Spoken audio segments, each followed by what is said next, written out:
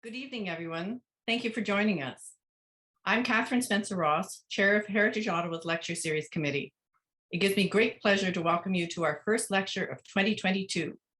I hope everyone had a pleasant holiday despite pandemic restrictions. With the Omicron variant and our considerable local snowfall, I'm delighted this evening to present our lecture online. Our guest speaker is Toon Dreessen, no doubt a familiar name to many of you. He will address how a cohesive architecture policy can create a better built environment, a fundamental issue that could greatly assist in our collective approach to the preservation of our built heritage. Leslie Maitland, architecture historian, former president of Heritage Ottawa, and an ardent advocate for the preservation of our built heritage, will come on after the presentation and will moderate the questions and then close our event. Before we start the presentation, I'd like to acknowledge and thank our sponsor, Andrex Holdings, Inc. and Sandy Smallwood. Andrex has been a faithful sponsor of these lectures, as well as of our walks and some publications. We are also grateful for an operations grant from the City of Ottawa and a heritage grant from the province of Ontario. In welcoming you to this free lecture, I'd like to thank those of you who have made donations to Heritage Ottawa and encourage this very concrete form of support. Thanks to your generosity, we are currently at 45% of our goal for this fiscal year. We still have a way to go to meet our financial needs. If you enjoy these free online lectures and other offerings of Heritage Ottawa, I urge those of you who are not yet members to join us and to consider making a financial contribution. Please connect with our website for information. It is now my great pleasure to introduce our speaker for this evening, Toon Dreessen. Toon is a graduate of Carleton University and recipient of the Alpha Rho Chi graduation medal. He is certified lead accredited professional and a member of the American Institute of Architects.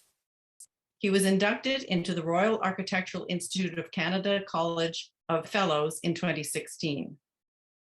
In 2020, Toon was awarded the Order of DaVinci, which recognizes architects who have demonstrated exceptional leadership in the profession, education, and/or service of the profession and their community. He served 6 years on Ontario Association of Architects committees before joining the association's council, where he served for a further 6 years, 2 as president. Toon continues to serve on various committees and boards. In his day-to-day practice, Toon is the president and architect of Architects DCA, a company with roots dating back more than 40 years and is ISO certified. He leads the company in project development and is responsible for award-winning projects in infill development, as well as laboratory, research, industrial, and high-profile projects. Toon leads the company's activism in the role of the built environment in social justice, gender equity, fiscal responsibility, and the role of architects in the strategic, visionary, and thoughtful planning role for infrastructure investments. He is a recognized public speaker and published author in local and national media. He has been featured on CBC Radio, the Globe and Mail, Ottawa Citizen, and other news publications. Many of you may have seen in the Ottawa Citizen at the close of 2021 when Toon advocated for a city architect. Toon advocates passionately for changes in architecture procurement, and his firm pursues work that sensitively reflects geography and social context, ultimately contributing long-term cultural value to the urban landscape. We are delighted that Toon has agreed to share some of his thoughts on a Canadian architectural policy that could enhance our built environment. Toon, the virtual floor is yours. Thank you very much for having me here tonight. It was a very wonderful introduction, and I'm very honored with what you said. It's hard to listen to your own accomplishments like that. That's wonderful. Thank you. As you mentioned, I'm a past president of the Ontario Association of Architects, which is the regulator for architecture in Ontario. The OAA's primary mandate is to protect and serve the public interest, and has also established a vision for an Ontario to be a place where architects are valued contributors to society, creating safe and healthy built environments that perform at the highest level that elevates the human spirit. Since 2014, I've had the honor to be part of a national committee that is working towards the future of architecture in Canada. One of those elements is to create a broader appreciation of architecture by society, believing that society is benefited by better built environments in which Canadians are supported in their aspirations. This committee is made up of members of the architecture regulators in Canada, CALA, and the educators, the Canadian Council of University Schools of Architecture, and the support of the RAIC, the Royal Architecture Institute of Canada.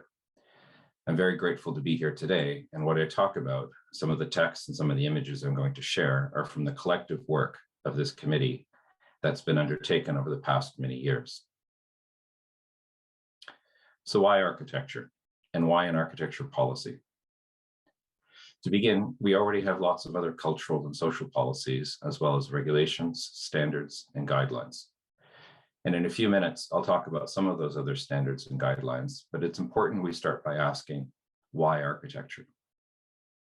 Architecture is all around us. Every day, every person in this webinar interacts with the work of architecture.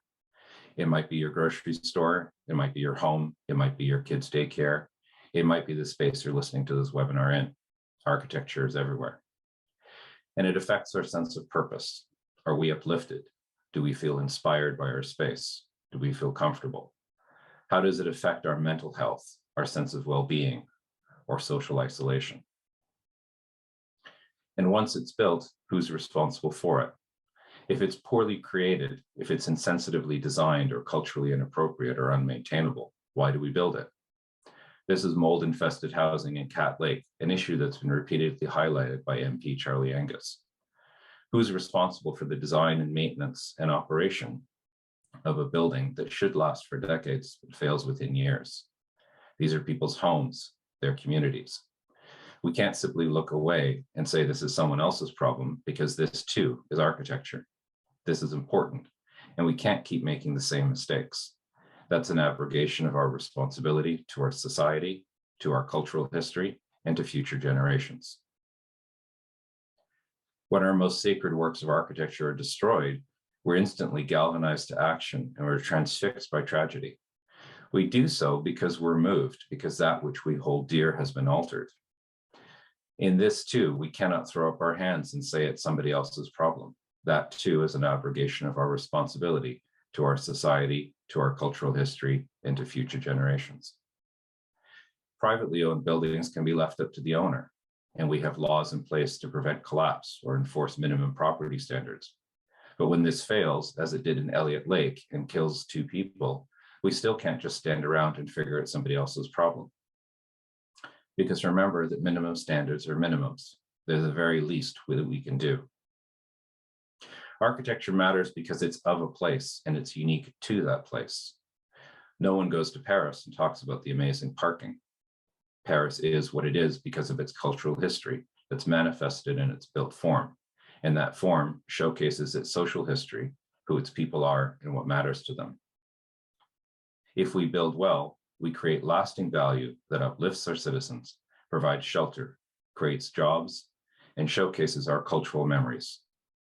What we build shows the world what we value. Nearly 75% of all energy produced in the US is consumed by buildings and transportation. This figure is from Ottawa's own energy evolution strategy and shows that 37% of our greenhouse gases are from transportation, while 38% is from new and existing buildings. If we create denser cities, we can electrify transit systems and use less of them. We can walk or bike to homes, jobs, and schools within our communities and have a profound impact on our ecological footprint. This is how architecture affects us. We can spend $1 billion on electric buses, and we need to re-spend that $1 billion every decade as they wear out. We can also spend $1 billion on buildings, and they can sit there quietly, not moving and not using energy for decades with little or no reinvestment. One of the biggest challenges in this is understanding how architecture affects our plans, from the new official plan to energy evolution to procurement strategies for buildings and maintenance strategies, architecture needs to be part of the conversation. Architecture should be part of this conversation, but is often ignored or marginalized. Yet it's crucial. If we want better outcomes, we need better inputs. So thinking about policies that form the background to our decisions, I want to take a step back to the source of much of our arts and cultural policy. The Royal Commission on the National Development in the Arts, Letters and Sciences, is otherwise known as the Massey Commission, was founded in 1949 and examined Canada's cultural needs and produced the landmark 1951 Massey Report that shapes Canada's cultural policy to this day. Yes, absolutely. The report was of its time, and there is some legitimate criticism that it focused on support for privileging elite, Anglophone and conservative culture with an emphasis on European post-colonial arts and sciences. But like all policies and guidelines, it evolves as times change. Results of this report include the National Library of Canada, the Canada Council for the Arts, and what is now Telefilm Canada. Additionally, it founded federal support for universities, the conservation of Canada's historic places, and more broadly, helped establish support for Canadian art and culture, both nationally and on an international stage. For example, the National Gallery of Canada, built in 1988, is the completion of a call to action from the 1951 report. At the time of the report, 54% of Canadians were living in urban environments, a figure that's grown to over 80% today. The report continued to note that architecture and what we would today call urban planning is related to almost all of the arts and affects almost every aspect of the life of a community. This quote is still so very true today. As a whole, architecture is largely ignored, marginalized, and considered a necessary must-have without considering the benefits that can come with positive, proactive engagement. This statement also addresses some of the challenges we still see today, the role of builders in creating built form and the lack of appropriate voices in design in the public interest to creating communities. In the context of heritage, this last sentence is also true. How many Canadians have an understanding of the importance of built heritage, as well as the heritage of landscapes and other works of society? We can all imagine and reflect on recent cases where much-loved buildings are the subject of intense discussion only after the plans are made public. This is like trying to change the menu after the shopping is done. It's too late to make many changes, and while the meal might not be cooked yet, there's only so much you can do with the ingredients you have. Better policy approaches can help create frameworks where these conversations can happen, empowering people to have more involvement in their communities. We know this is true because we feel empowered by our space. We are enlightened. We feel part of our communities. Architecture affects us. It changes how we feel. We can all imagine the feeling we get when we enter a large space and how it feels if it's a sacred space or a shopping mall. We feel a sense of unease when we're in a low, dark, poorly lit space that doesn't feel safe. We know or can imagine what it's like to feel threatened in a public space and know what it feels like to be in a place that is nurturing, inviting, and welcoming. We know what it feels like to be welcomed. And herein we see some of the challenges. Now, I'm not going to go into detail on the Chateau Laurier and the challenges in the past many years, but it does raise some questions. Can better policy address a privately owned building that's recognized as a heritage structure and help inform decisions by all levels of government on approvals, engagement with the owner and the public? And yes, this building is infinitely improved by the demolition of an above-grade parking garage, and it deserves a contemporary addition that is of its time. What can better policy do to improve the process and empower both government and the private sector to create better outcomes that we as a society can be proud of? As we become more and more aware of the legacy of our built environment, we realize we need to make our spaces accessible and inclusive.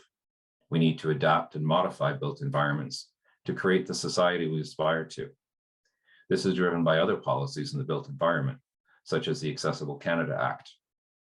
That act, of course, is driven by other legislation, such as the Canadian Charter of Rights and Freedoms, the Canadian Human Rights Act, and a Canadian commitment to the United Nations Convention on the Rights of Persons with Disabilities. Can better policies inform how we can take existing legislation, like the Human Rights Act, and integrate it with heritage standards and guidelines to create inclusive places? We also have the Canadian Heritage Act, which is under the leadership of Minister Rodriguez, with no small mandate. There are 13 major mandate actions asked of the minister, and throughout his mandate letter, there is zero mention of architecture, accessibility, or heritage preservation. There are references to climate change and positioning the culture and heritage sectors for the future, but that's stopping far short of calls to action. So this leaves a clear gap in understanding of the role of built environment and culture in Canada and in our communities. We see that mandate letters, acts, standards, and guidelines don't align.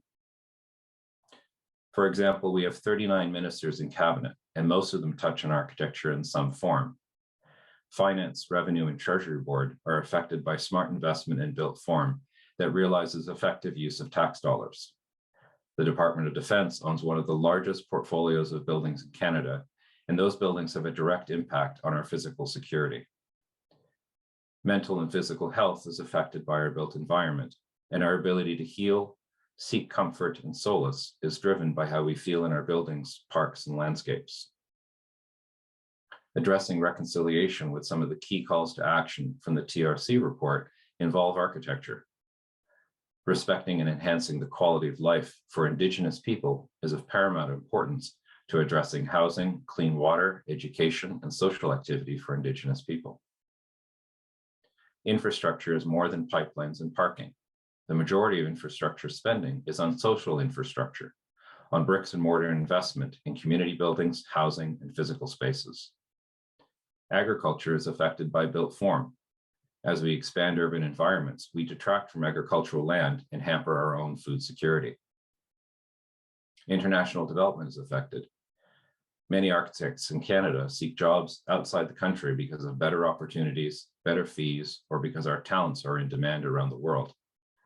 Canadian architects were one of the first agreements under CETA and have international recognition agreements under the USMCA, as well as trinational agreements with the US and Mexico, Australia, and New Zealand. Canadian development of material technology and science and building codes, standards, and new systems is of international significance, driven by architects and engineers who create better, safer buildings around the world. That affects the Ministry of Science, Innovation, and International Trade. Most architecture practices are small businesses that drive economic development, affecting 14% of Ontario's GDP. The Ministry of Housing, Diversity, and Inclusion is an obvious link to architecture, as should be the Ministry of Heritage. As climate change affects more and more Canadians, architecture's importance to the Minister of Emergency Preparedness becomes more crucial. Climate change is affecting all of us, and given that the built environment is responsible for 75% collectively and over 40% indirectly, architecture should be important to the Minister. Procurement strategies and models for improvement to create equity are of significance to the Minister of Procurement. As Canada welcomes more immigrants, our built environment needs to reflect a multicultural approach to inclusiveness. So as you can see, we touch on 33 of 39 ministries. Most of these wouldn't understand that architecture is part of their mandate. If any of these ministers are approached, this can be explained, and of course they will nod and they say, yes, that makes sense, but architecture isn't our responsibility. So even though architecture is everywhere, it's nowhere. There's no overarching federal policy on heritage buildings. The National Trust maintains a list of the most endangered places in Canada. They note while there are policies, there isn't anything enforceable. Public Services and Procurement Canada has the Alexandra Bridge replacement in their mandate. This bridge is on the list of the most endangered places in Canada and is planned for demolition because 10-year-old reports, without climate change or carbon considerations, say it's easier and cheaper to demolish and replace than conserve and adapt. Meanwhile, the Historic Sites and Monuments Act is managed by Parks Canada. while the policy on management of real property is managed by Treasury Board and applies to the financial aspects of managing heritage properties rather than their intrinsic value.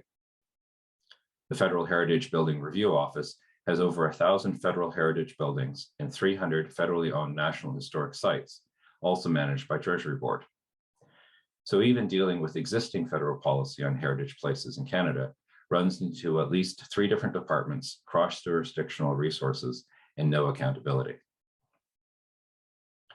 Looking at more recent policies, this is the 2017 Creative Canada Policy Framework. It has 1 mention of architecture. Without even being in one of the 3 action pillars, architecture is mentioned as being part of a broader creative industry, along with design, fashion, video games, and digital media, in which architecture is recognized as an employer and producer. But we know architecture is more than that. Over a course of 5 years, the Order des Architectes du Québec met with the public and developed a white paper that focused on what the people of Quebec expect out of their built environment. The key element of the Quebec policy was the understanding that heritage contributes to cultural wealth, that when left vacant or neglected and then demolished, it leads to emotional debates about preservation and restoration and what can be saved and why. One of the goals of the Quebec architecture policy is to assist owners of heritage buildings with both regulation and guidance, but also provision of professional services to make it more beneficial to conserve and restore the neglect and demolish. This white paper has been accepted by the Quebec government, and with the help of the OAQ, Quebec is now developing a national architecture policy for Quebec. As well, because of the legacy of not just heritage as old, but heritage as mid-century modern structures, Quebec is redefining what heritage means as part of the ongoing evolution of this conversation. We see this in contemporary news articles about the loss of mid-century and modern works of architecture that have cultural significance to communities. By creating a national architecture policy, Canada would join Australia and many Western European countries in making architectural heritage and innovation national priorities. According to the 2012 survey on architectural policies in Europe, 18 countries have adopted a policy and 14 are planning to develop one. National architecture policies have led to positive change, to government resolutions acknowledging architecture's role in enhancing the quality of life, and to legislation encouraging responsible investment and sustainable development. Their overarching focus is on people, on a sense of well-being, and how good policies can affect positive social outcomes. For example, the German Baukultur Foundation aims to raise public awareness of building culture, to enhance debates between building professionals regarding quality, and to promote German building culture internationally. The Wallonia-Brussels Federation has 3 aims, including guaranteeing quality in buildings and spaces accessible to the public, and supporting the integration of workings of art in public buildings while promoting architecture as a cultural discipline. Ireland, meanwhile, has a state architect within the Office of Public Works, leading a team of architects to ensure the quality of housing stock, supervision and protection and conservation of heritage structures, maintaining a database of conservation and maintenance needs, and management in the awarding of contracts for architectural services while consulting with other government bodies. This is a list of the best countries in the world to live in. Every one of these arrows that it points to is a country with a national architecture policy. The only ones without an architecture policy are Switzerland, Canada, Costa Rica, Israel, and the US. Given that we model much of our social policy on the social democracies of many of these countries, we're in poor company in not having a policy that aligns with some of our closest allies and friends. And given that we've recently signed mutual recognition agreements with Australia and New Zealand, as well as all of Europe, we need that sort of policy structure to remain competitive in a globalized world market where talents, skills, and culture are in high demand.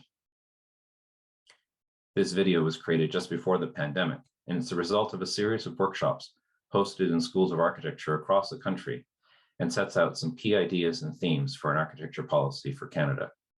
This was created by Professor Lisa Landrum, Associate Dean of Research at the University of Manitoba, her students, and the support of a federal grant from the Social Sciences Humanities Research Council and I'm grateful Lisa has made this video available. Canada needs an architecture policy. But why? Many other countries have them, but Canada doesn't. An architecture policy sets guidelines and best practices to enhance social, cultural, and environmental well-being. They help politicians, professionals, and the public create more sustainable and equitable societies. So, what would an architecture policy include? Over the last year, architecture students and educators across Canada have been discussing this question through a series of events called the Canadian Architecture Forums on Education, otherwise known as CAFE. These CAFE conversations focused on 4 themes: place, with questions about context and cultural vitality; people, concerning individual and collective well-being; prosperity, involving sustainable urbanism and environmental stewardship; and potential, which speculates on the role of innovation and research. These themes consider the impact of design on issues like social justice, climate justice, public health, affordable housing, reconciliation, and the future of architectural education. Community involvement is also key. An architecture policy would show how the built environment affects daily life. It would help hold Canada accountable for responsibilities to people and the planet. It can encourage all levels of government to improve the quality of life for everyone and protect relationships we have with each other, with the land, and with the world.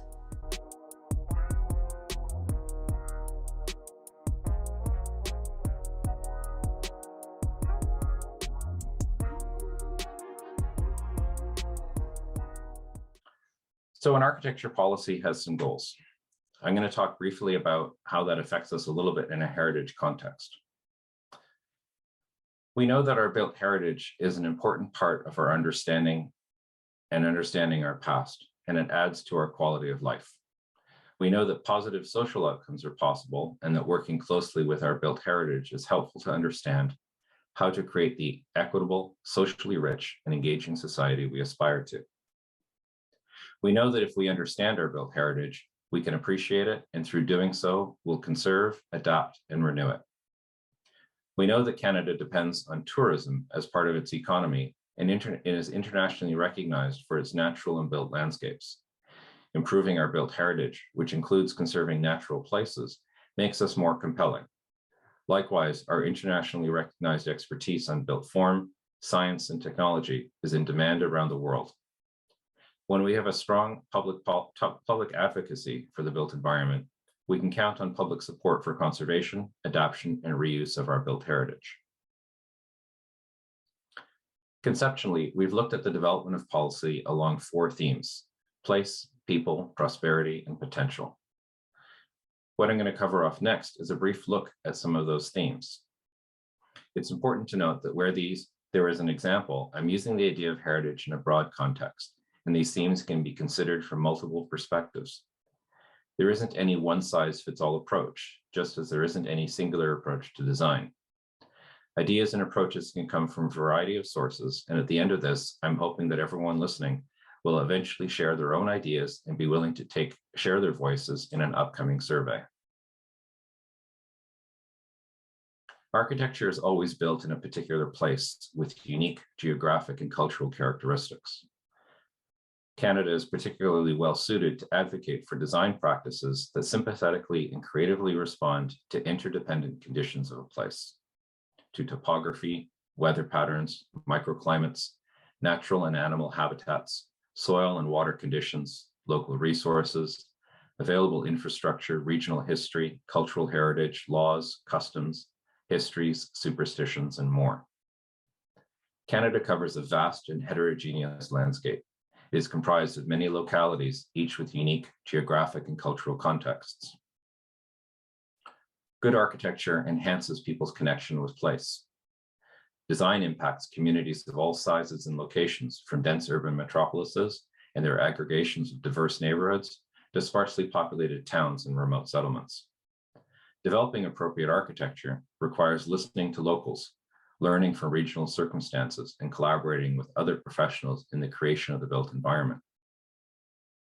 In this image of the Jelly Bean Row houses, the iconic housing of St. John's, from a CBC article, began to question that if this is adopted as a trend across Newfoundland because of tourism, it loses its unique status and changes the character of its rural communities. Do Jelly Bean Row houses make sense if they're everywhere? Canada covers an awe-inspiringly vast and heterogeneous terrain, rich with natural resources that are crucial to industry. This formidable terrain is equally vulnerable with endangered wildlife and resources. The Canadian landscape is also saturated with spiritual significance and long histories of use by Indigenous peoples. Designing in relation to place involves creative responses to inspiring geography and local materials, but also a deep respect for natural and human ecosystems. The valuation of built heritage is linked to the protection of cultural landscapes. In this image of the experimental farm here in Ottawa, we can get a sense of the landscape that's integral to our city, understanding the heritage of the farm, its place in Canadian history, in the history of science and agricultural research, in food safety and the broader health of our communities. This can help us understand how to preserve, conserve, and adapt the farm for future generations. Better policy could help us better understand the decisions we make and help inform decisions made by other levels of government. Beyond the landscape of the farm itself, better policy can inform land use at its perimeter to conserve views and access. Architecture is an integral component of Canadian culture. Like music, art, theater, and poetry, architecture is a medium of artistic expression, yet it's unique in being rooted to a particular place. Cultural landmarks like the totems of Haida Gwaii, grain silos of the prairies, symbolize ways of life for local communities. Cultural values are embodied in architecture via local materials, unique building techniques, ornamental details, and craft. Preserving architectural heritage preserves a record of a community's cultural values over time. Preservation is a precondition for the ongoing evolution and expression of a culture. Understanding and conserving our heritage means that we create, adapt, and renovate, that our social and cultural history is integrated with our built heritage and on display for future generations, and that this contributes to a vibrant and diverse society. Architecture gives shape to the physical environment, which in turn shapes social experience. Cityscapes and landscapes provide a framework for social engagement, influencing daily routines, as well as civic celebrations and community events, such as festivals, processions, and peaceful protest. The configuration of the built environment exerts a tacit influence on human behavior, having a significant impact on communities over time and their living traditions. When we create spaces for activities or for events, we create the framework that allows people to come together to share collective experience and forge that experience that becomes part of our social history. We can all remember the experience of La Machine in 2017, of gathering together by the thousands to witness a spectacle, to see a story, and to see it form as part of our city. The magic of this experience, set against the historic Bayreuth Market or the Supreme Court, becomes a community experience. Architecture is for people. It accommodates and celebrates human life. Architecture provides safe and suitable settings for people to live, work, and play, while shaping daily life in ways that can foster social cohesion and cultural vitality, while inspiring personal and collective imagination and stimulate wonder and respect for the complex world we must share and sustain. People are not passive users and consumers of the built environment. They're living, breathing, striving, and thinking individuals whose diverse backgrounds and capabilities, dreams, and desires actively contribute to Canada's multicultural character. Architecture has the potential to enhance human life on many levels, enabling Canadians to live more socially enjoyable, inspiring, and meaningful lives. When HCMA Architecture and Design partnered with the local Business Improvement Association to transform laneways from being a shortcut through a community to being an engaging public space that contributes to the vibrancy of Vancouver with permanent art installations and performance space. One of the alleys saw more than twice as many people using the space while the proportion of men decreased, suggesting that the space became not only busier, but more welcoming and inclusive. The quality of architecture is closely linked to the quality of life. Buildings provide shelter, security, and thermal comfort, keeping us warm in freezing cold winters, cool in scorching hot summers, and generally protected from harsh environments. Beyond safe and comfortable accommodation of daily activities, architecture enhances human health and experience. Direct personal health benefits are linked to living and working in high-quality built environments. Good architecture can further elevate the human spirit and foster imagination. The built environment contributes to both physical and psychological health, affecting our emotional and spiritual well-being. The Fraser Mustard Early Learning Academy created a street within a school, encouraging kids to interact, to circulate, and in doing so, to find joy in moving around their school. Brent Tadarian looked at social interactions on streets and demonstrated how light traffic is better than heavy traffic when it comes to social interaction. We know that our historic places and traditional main streets like Bank Street through Centretown, Glebe, and Old Ottawa South, not to mention the Bayard Market, can contribute to health and happiness by providing places to slow down, to interact, to create happiness in simply being part of a vibrant community. Awareness of architecture begins at a young age. Early memories are often linked to special settings, to places and rooms perceived as magical or comforting, sublime or strange. The built environment forms a backdrop for many of our most cherished experiences. Where we grow up, study, celebrate, and grieve are framed by architecture. The Canadian War Museum is a repository of our memories of conflict and embeds meaning within its structure, its layout, and design that reflects Canadian heritage. We can think of numerous examples from across the country where our built heritage becomes part of who we are and remains culturally and socially relevant for generations. Architecture is experienced as a multisensory art. Architecture affects our sense of self, where one lives, learns, works, and plays becomes intertwined with personal and cultural identity.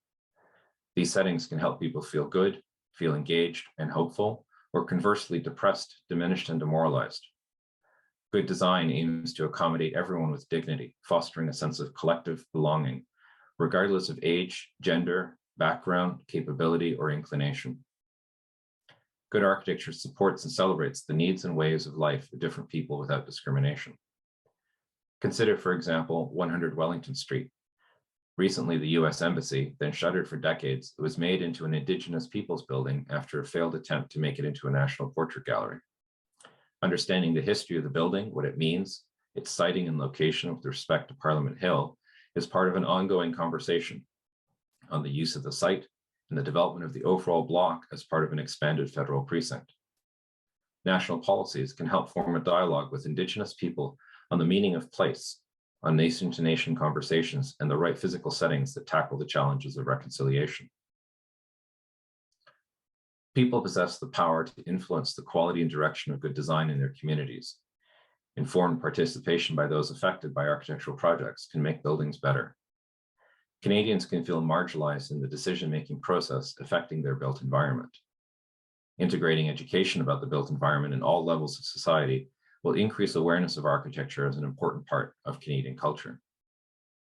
Incorporating the wisdom of Indigenous teaching into design, education, and practice is as appropriate as part of ongoing reconciliation efforts, and especially urgent today in light of the global crises related to climate change and natural resource depletion. The Spirit Garden embraces its location on the waterfront in Thunder Bay as a teaching space, as well as a space for contemplation and performance, for reflecting on Indigenous connection to the waterfront, and as a public space, reconnecting everyone to the shoreline. Society is facing an increasing number of challenges in the 21st century, not the least of which is the pandemic that surrounds us. Human-induced climate change is causing extreme weather events with more frequency, threatening natural ecosystems and human settlements. Rapid urbanization is introducing new social and health challenges for people, while deteriorating urban infrastructure is in need of urgent renewal. The built environment design professions must rise to these challenges through resilient and sustainable design. The design professions must also work with their partners to cultivate collaborative research and the political and public will necessary to implement strategies that enable collective prosperity. And when we think of prosperity, we need to think beyond just simple decisions about financial health, but also about prosperity for our planet and communities. We need to think of ways to restore heritage buildings, to adapt them, to use them for new purposes, and to create new uses from what we already have. Architecture affects the environmental health of the planet. The operational energy used to heat, cool, and power buildings accounts for a high percentage of greenhouse gas emissions. The potable water circulating through every inhabitable space is of a limited resource. And waste from new construction, renovation, and demolition accounts for the largest proportion of materials disposed in landfill sites. New construction materials are increasingly made with synthetic ingredients that are potentially injurious to human health and ecosystems. The OAA headquarters, for example, took what is affectionately known as a 25,000 square foot six-sided glass box on stilts, which isn't totally accurate, from an annual operating cost of well into the six figures. It made it both zero carbon and net zero energy with a winter net hydro bill of less than $75 per month. Understanding the role of building design as leading sustainability of contemporary and heritage buildings means making smarter choices to impact planetary health. National policies can link climate change policy to the built environment and make stronger arguments for environmental stewardship. The increasing urbanization of Canada's population, which is consistent with global trends, presents challenges to the built and natural environment. Urban sprawl in its current form proves to be unsustainable. 21st century cities must become larger, and to do so, they have to develop sustainable planning and design strategies to accommodate appropriate density and diversity while enhancing the quality of life for the people who live in them. Sustainable cities require optimized infrastructure, transit systems, and water supplies, as well as they must embrace a pedestrian-oriented structure and provide affordable housing with access to transit, public space, civic institutions, schools, and social services. Place des Canotiers creates a sustainable public space that reflects the heritage of the old Port of Quebec City, reflecting its historic buildings. This urban space is a destination for people, tourists, and residents alike, and creates a much-needed public space in a crowded city. As we densify our communities, we must increase the quality of the built environment, and that includes not just high-quality public spaces like parks and plazas, but the privately owned buildings that we all look at. If architecture is to last for generations, to be appreciated and loved, we have to embrace a moral obligation to make those experiences positive and lift the spirits of all who look at them. Architecture can act as a catalyst for economic prosperity. Investing in building design and city planning generates jobs in diverse sectors. Effective environments can have reverberating economic benefits for energy production, healthcare, housing, public safety, and productivity. Strategic investments can stimulate private enterprise, job growth, and community prosperity. Demonstration projects can prove the positive effects of sustainable technology, revitalizing neighborhoods, promoting tourism, and inspiring further research and innovation. People visit a place for the place, not the parking. When we respect our built heritage and show the world it matters to us, people come to see it, to experience it, to understand our society and culture, just as we visit their places. Architecture persists for generations. Society must consider the resiliency of new buildings over time and promote the creative adaptation of old structures to new uses. Demolition and rebuilding are costly, as well as environmentally and socially irresponsible. Encouraging adaptive reuse requires changing not only building practices, but attitudes, showing the complementarity of new and old, innovation and tradition. Nothing is static. Our heritage buildings must be adaptable, creating new spaces from the courtyard of the West Block, creating a new temporary House of Commons, and created new elements while restoring and conserving the original structure. This gives old structures new life and is part of an overall investment we need to make in our built environment. Like the current discussions around 24 Sussex, as well as other heritage structures, a lack of maintenance, planning, and understanding result in ill-informed decisions that deprive future generations the continued experience, enjoyment, and benefits of our built heritage. Canadian architecture is internationally respected and known around the world for its innovation and empathy for people in the land. With an abundance of endangered natural resources, a strong education system, a healthy democracy, and commitments to multiculturalism and reconciliation, Canada is becoming a world leader in the areas of wood building technology. A creative Canada needs invigorating architecture. Architecture is the enduring infrastructure that supports other modes of cultural production, enabling diverse arts to thrive. Buildings and cities can be designed as creative hubs, encouraging innovation and collaboration. Architectural design requires that creative collaboration. Architecture routinely confronts complex circumstances and multifaceted problems for which there's no single answer or obvious method of proceeding. Creating the first chemical-free public outdoor pool in Canada involved the creative collaboration of different parties to develop a unique space. This space is only possible because the architects were given the opportunity to create, to collaborate, and to develop ideas that advance how Canada can be a leader. Architectural design is inherently a multidisciplinary enterprise. Every single building is a unique invention created for particular contexts with innovative technology. Architecture depends on understanding natural laws and human customs that can change remarkably little over time. Creating the tallest wood structure in Canada involved research, creative approaches, and ideas to explore how to create more sustainable buildings for the future. Canada is a world leader in mass timber technology and is advancing new projects that continue to push boundaries. Architecture schools are uniquely positioned to support visionary, experimental, and controversial design research. Architecture schools have the potential not only to simply educate the next generation of capable design professions, but to discover new possibilities for the discipline. They can become testing grounds for holistically rethinking how sustainable, just, and inspiring environments can be conceived and manifested. Architecture schools have traditionally been largely closed to those not studying architecture. Kids in elementary or high school are rarely offered opportunities to be exposed to architectural training or thinking. Embedding architecture in K-12 schools, as well as opening architecture programs to a broader audience, can provide Canadians with more exposure to architectural ideas and can teach appreciation of the built environment, while providing societal valuation of the pursuit of education in architecture, planning, landscape design, and other fields. So where do we go from here? Well, I encourage you to visit the riseforarchitecture.com website, where there's an opportunity to sign up and to receive more information. There is a new website being developed with the information from the old website still available.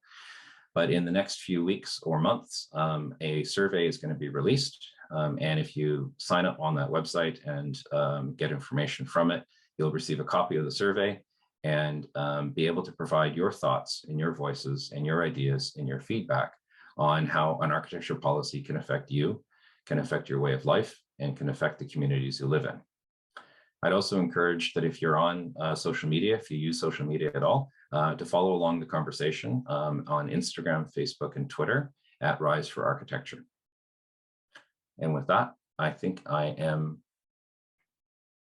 finished and we'll open the floor to some questions. Hello all, it's Leslie Maitland speaking. That was just so inspiring. Oh my goodness. I absolutely feel that there is a future forward for our cities, for our urban environments, for the people who live in these wonderful cities. And as we moderate the questions, I ask everyone to look below at the Q&A function, send your questions to Toon at the Q&A function. I think we probably have a couple on chat. And while we're waiting for the questions to roll in, Toon, I have a particular one to ask you, and it's a particular bugbear of mine. Okay, we live in a winter country. 6 months of the year, it's winter. Sure. You architects love to show pictures of Ottawa and other cities in the summer. It's a beautiful city in the summer. Yeah. So how do we make all of your dreams come true in a winter city? And I'll throw it for you. Where do old people go in Canadian cities in January, February? They go to the mall. Mm-hmm. That's our public space. So how do we make better public spaces that are embracing for all in the winter? How to make our cities work in the winter? Because they really don't work in the winter. They don't work in the winter because we choose not to. There's a number of things that, to your point, we say we're a winter city, we invite people to come to Ottawa and say what a wonderful city we are. And then we chain link all of our staircases and don't open them and don't maintain them and don't keep them open. We close our public washrooms. The few public washrooms we do have, we close them. We don't make these spaces accessible, and we have a big celebration for a couple of weeks for Winterlude, and then we kind of retreat and call it a day. And there isn't an easy answer. I can tell you that there are definitely ways of doing this, and one of the best places in the world for this is in Helsinki. Helsinki has absolutely embraced the idea of a winter city, and it probably gets as much or worse of a winter than we do. Lots of snow, lots of long, cold, snowy nights, and lots of darkness, but they are an absolutely wonderful, beautifully designed city. So there are definitely ways we can do this, but it takes collaborative thinking about how we get there. Some of it is in policy-based on things like how we choose to snowplow our sidewalks. Some of it is in how we choose to design our public spaces. Things like the Byward Market has few or no public washrooms. There's nowhere to go. How do you maintain that space? Why do we take places like, the market as an example, that are all the wonderful stalls in the summer, well, used to be wonderful stalls in summer. And once the, first leaves fall, we take away all that space and make it all parking again. How do we make those choices? And those are politically driven. Those are budgetary driven, which is politically driven. And those are choices we make. So we don't have to do that, but that's something we make choices on, and there are things that we can do if we want to have a better vision for Canada. Peter Kaufman asks, is there one fundamental obstacle to the creation of a national architectural policy, or is it a matter of scores of small systematic obstacles? So he's looking for the national policy, or are we looking at the fine-grained stuff that happens maybe at the municipal level and provincial legislation? This is what I'm interpreting from Peter's comments. So I would say that it's a really good question, and we're not exactly sure of the answer. What we know is that in Quebec, which is our most recent example of this, is that Quebec received funding to engage with local municipalities. And they didn't, just go to Montreal and Quebec City and then, call it a day. They started off in little tiny communities in the middle of nowhere, small places, and engaged with people, not with architects, but engaged with people to understand what people want out of the built environment. And it's everything from, accessibility of transit, protection of heritage, access to walkable communities and public space. So the broad question of the built environment as a whole. And that started a grassroots movement to support the idea of that architecture is important. And I'd say that grassroots level then led to the larger municipalities taking up the call to arms, and that eventually led to the province adopting, or in the process of adopting, a national policy. I think that the answer in Canada as a whole is that we need both. We need municipalities, we need provinces, we need organizations like Heritage Ottawa, the National Trust. We need these organizations to cry out and say we need a national architecture policy, but we also need a larger political champion. And we had one up until the most recent federal election, and that MP no longer ran for office. But we did have a champion, and we're looking for a new federal champion who can champion the idea at a national level. So you're thinking both a top down and a grassroots up that's going Correct. to make this happen. Yeah. I think that's the answer. Do you think this might come about because of climate change?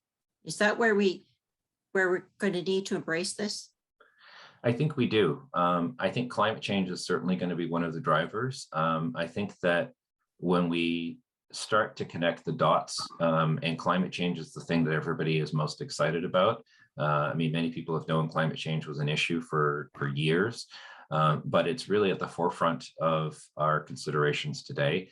And I think when we start looking through the climate change lens of our policy decisions and our background, I think that's where we're going to, start to make that impact. I think when we start to think about Canada as a culture and Canada as a people, Going back to the Massey Report and the preservation of Canadian content in TV shows and radio and music, as our built environment starts to look more and more like every other built environment, and it just starts to kind of all look the same, we're starting to lose a sense of Canadian culture in buildings. And at the same time, those Canadian architects who design things are around the world doing things there. So I think we need to see both as an approach.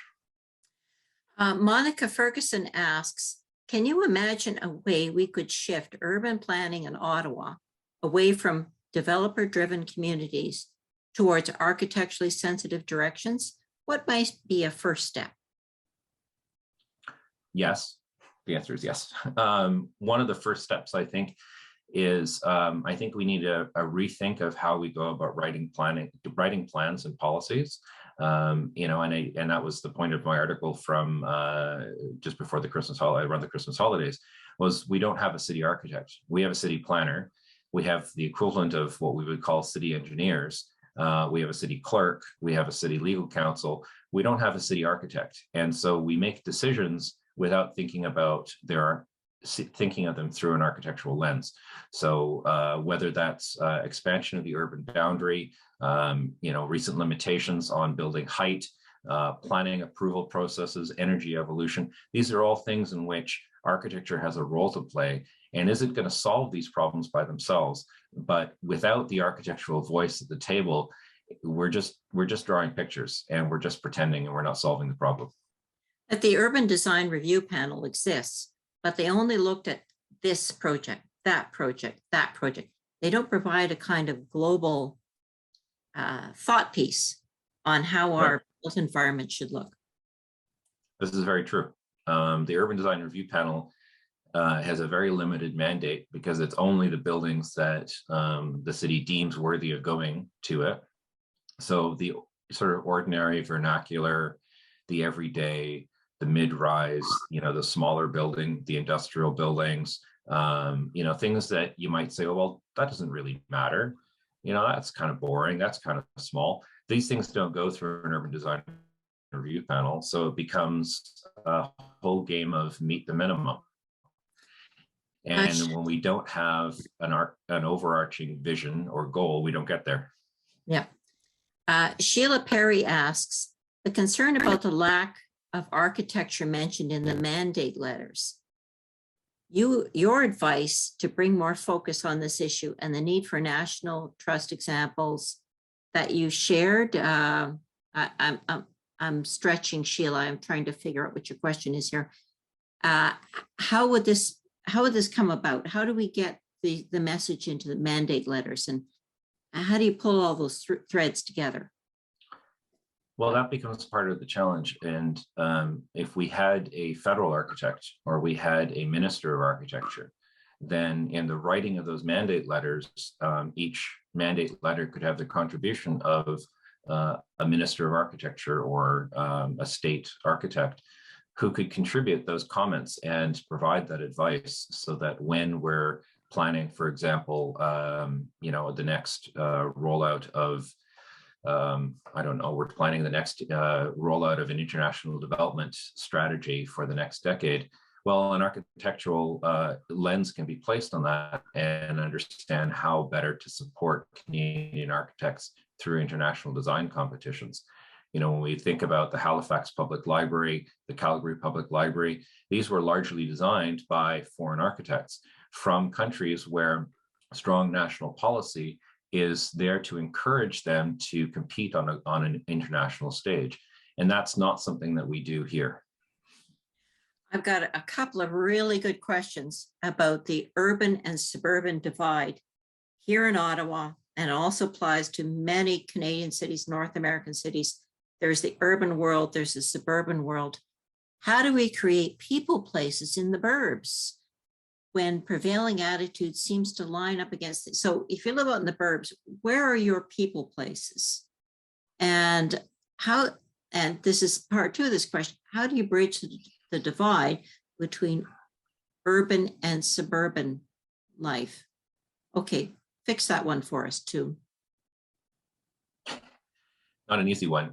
I think that divide is I want to say this politically correctly, but the challenge in Ottawa is that divide has been enhanced by political games. And I think that's really unfortunate, that whether it's committee appointments or structures or otherwise, we've really seen, certainly in Ottawa, that has had a really negative impact on how things get done and decisions that get made. And I think that's unfortunate.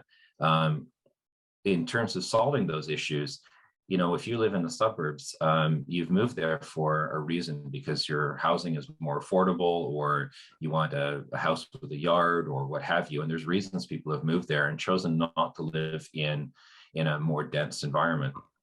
I think that when we create those communities, we need to think of them as complete communities.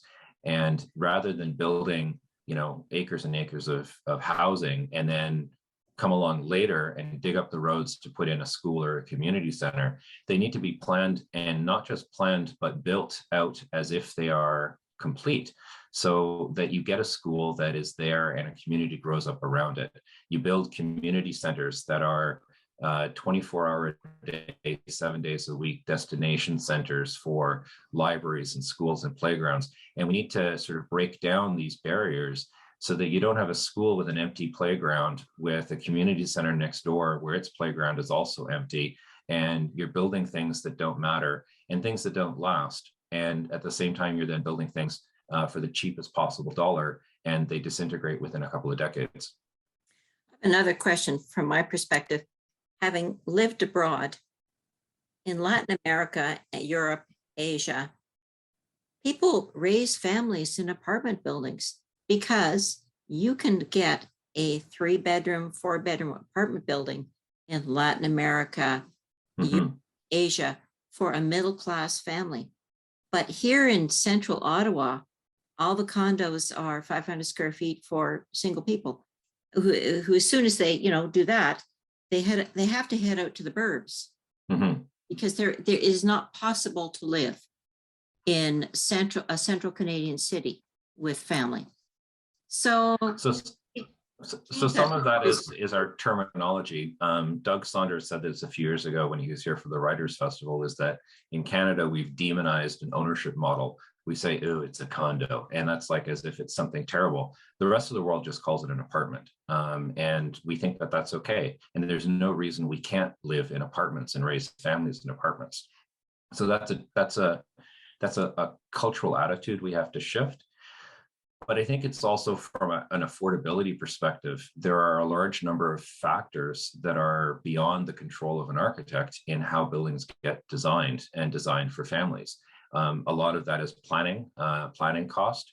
The cost of the OAA did a report a few years ago on site plan approval, and every month of delay adds $20,000 of cost per month per unit to a building. And so that kind of cost is passed on to the end user in the form of higher rents or higher sale prices. And so we choose that. In many parts of the world, we don't have a planning process like this. And we don't have a planning process like this that we use in Canada. And yet it's delays, and there's no valid reason for it. It doesn't add value or benefit. So those are choices that we make. But it's also choices on how we fund things. When you build something in an urban downtown environment, you already have infrastructure and buses and transit and sewage and pipes. You already have that, but we still pay development charges for that. So we choose that because we choose to subsidize suburban development. So there are a lot of complex answers to that. Yeah, fair enough. I have often thought what we really need is to rip up the Planning Act and rewrite it. Because it's a I'll hold one end of it. Okay.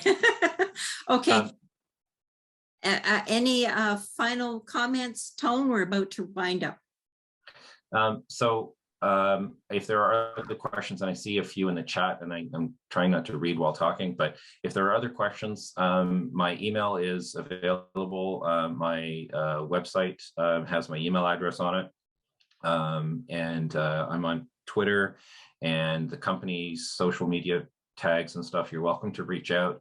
ask a question, and I'm happy to answer as soon as I can. And I apologize that the video didn't play, but I will make sure that it is available to everybody through another link, and hopefully you'll enjoy. And I encourage everybody to go to the Rise for Architecture website and sign up to get access to the survey. We will do that. To our registrants at this evening's lecture, I remind you that there will be a brief survey that will be emailed to you tomorrow, and the lecture will be posted on YouTube shortly. February, looking forward, February, we will be looking at the Heritage Week, which is the annual Heritage Ottawa Phillips Memorial Lecture that honors the memory of Bob and Marianne Phillips, the co-founders of Heritage Ottawa, who founded Heritage Ottawa more than 50 years ago. The lecture will be presented online on Wednesday, 23rd of February. Wanda Della Costa, who is an architect, a member of the Saddle Lake Cree Nation, and institute professor at the Arizona State University Herbiger Institute for Design and the Arts, will present Pluriverse Rising Indigenous Design. Online registration is required and is available on the Heritage Ottawa website. Finally, as Catherine mentioned at the beginning, our lectures are provided free of charge. We encourage you to join Heritage Ottawa if you're not yet a member, and to donate to the organization to help us continue our efforts to share heritage stories and to make better Canadian cities. Information is available on our website and on Toon Dreessen's website. And with that, good night, and thank you all for joining us.